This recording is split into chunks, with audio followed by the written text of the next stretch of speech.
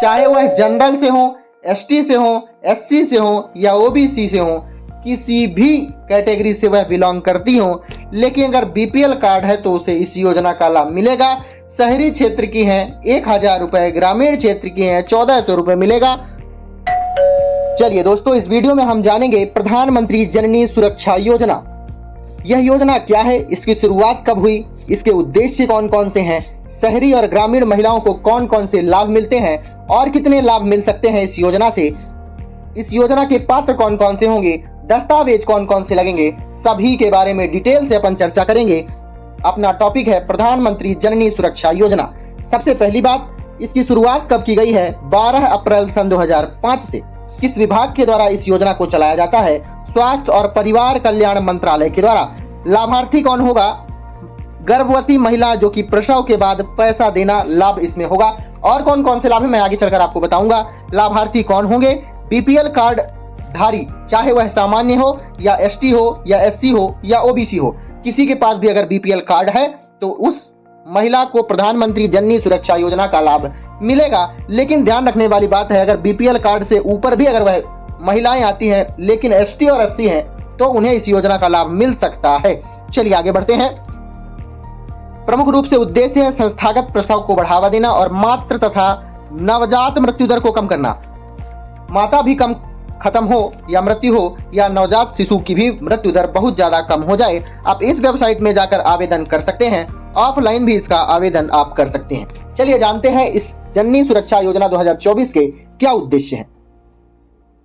इसके उद्देश्य में सबसे बड़ा उद्देश्य तो यह है कि देश भर में आर्थिक रूप से गरीब महिलाओं की गर्भावस्था के दौरान केंद्र सरकार के द्वारा वित्तीय सहायता दी जाए ताकि उसके जीवन की गुणवत्ता को बढ़ाया जा सके, किसकी? माता की और बच्चे की भी। जबकि आर्थिक रूप से स्थिर जिसके पास पैसा होता है वह अपने कमजोर परिवार में ना होने के वजह से सभी उनकी जरूरतों को पूरा कर दिया जाता है, लेकिन गरीब परिवार होने की वजह से उनकी गुणवत्ता पर ध्यान नहीं दिया जा सकता है या फिर बुनियादी आवश्यकताओं को पूरा नहीं कर पाते हैं गरीब लोग। तो प्रमुख रूप से यही उनका लक्ष्य है कि देश भर में सभी आर्थिक रूप से वंचित गर्भवती महिलाओं को वित्तीय सहायता प्रदान की जाए। कितनी वित्तीय सहायता मिलेगी आगे चलकर मैं आपको बता रहा हूँ। क्या लाभ मिलेगा इस योजना से? प्रधानमंत्री जननी सुरक्षा योजना में कितना पैसा मिलेगा? गरीबी रेखा से नीचे जाने वाली महिलाएं, चाहे वो शहरी हो या ग्रामीण हो, सभी को इस योजना का लाभ मिलेगा। जैसा कि मैंने आपको पहले भी बताया, शहरी क्षेत्रों में गर्भवती महिलाओं को क्या लाभ मिल सकता है? 1000 रुपए की वित्तीय सहायता प्राप्त करने की हकदार होंगी शहरी महिलाएं। कितने की? 1000 रुपए की। ठीक है, ध्यान रखिएगा। और प्रसव के बाद जो आशा सहयोगी कार्यकर्ता है उन्हें 200 रुपए प्लस 200 रुपए अर्थात 400 रुपए का आवंटन दिया जाएगा। कितने का? 400 का। 1000 रुपए शहरी क्षेत्र की महिलाओं को मिलेगा और आशा सहयोगी को भी 400 रुपए मिलेगा एक केस में। ठीक है, आगे बढ़ते हैं। ग्रामीण महिलाओं को कितना पैसा मिलेगा? 1400 रुपए। 1400 रुपए इसकी उच्च वित्तीय सहायता प्रदान की जाएगी। किस योजना के तहत? प्रधानमंत्री जननी सुरक्षा योजना के तहत। लेकिन जो आशा सहयोगी होगी उसे 300 प्लस 300 600 रुपए मिलेंगे आशा कार्यकर्ता को। ध्यान रखिएगा, 300 प्लस 300 600 रुपए मिलेंगे आशा कार्यकर्ता को और ग्रामीण गर्भवती महिला को 1400 रुपए का योगदान दिया जाएगा केंद्र सरकार के द्वारा।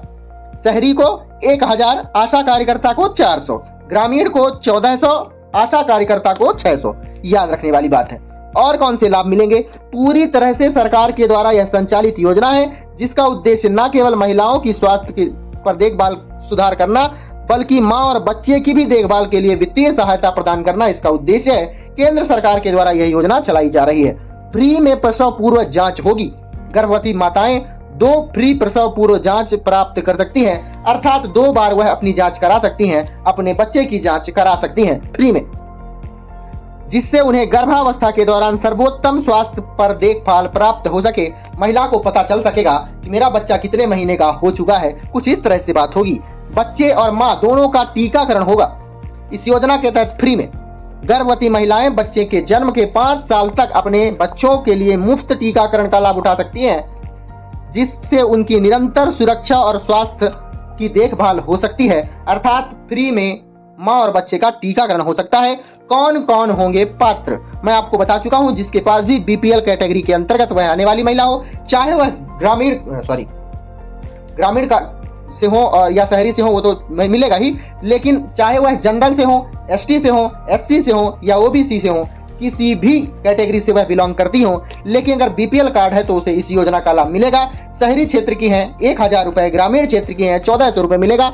ध्यान रखने वाली बात है, लेकिन एक बात और ध्यान रखने वाली बात है कि महिलाओं की उम्र 19 वर्ष से ज्यादा ही होनी चाहिए। उससे कम में अगर आप बच्चा पैदा कर लोगे तो आपको यह योजना का लाभ नहीं मिलेगा।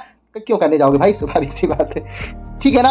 कौन कौन से दस्तावेज लगेंगे? पहचान के लिए आधार कार्ड लगेगा, नामांकन के लिए जननी सुरक्षा कार्ड लगेगा, सत्यापन के लिए मूल पते का प्रमाण पत्र लगेगा कि आप कहां से हैं, ठीक है। बीपीएल राशन कार्ड होना चाहिए, संचार प्रयोजकों का मोबाइल नंबर होना चाहिए, किसका? आशा कार्यकर्ता का, स्वाभाविक सी बात है। पहचान के लिए पासपोर्ट साइज फोटो होनी चाहिए, वित्तीय लेन देन के लिए खाते का पासबुक होना चाहिए जिसमें लिंक होना चाहिए, किसका? मोबाइल नंबर का लिंक होना चाहिए, स्वाभाविक सी बात है। प्रसव के प्रमाण के लिए अस्पताल द्वारा जारी प्रसव प्रमाण पत्र होना चाहिए जो कि आधिकारिक है, ठीक है। चाहे वह सरकारी स्कूल में, सरकारी चिकित्सालय में हो या प्राइवेट चिकित्सालय में, लेकिन अथॉरिटी होनी चाहिए उस चिकित्सालय को इस प्रमाण पत्र को बनाने की, ठीक है। अगर आपको इस वीडियो में दी गई जानकारी सभी समझ में आ गई हो तो आप वीडियो को लाइक, कमेंट, शेयर, सब्सक्राइब कर सकते हैं।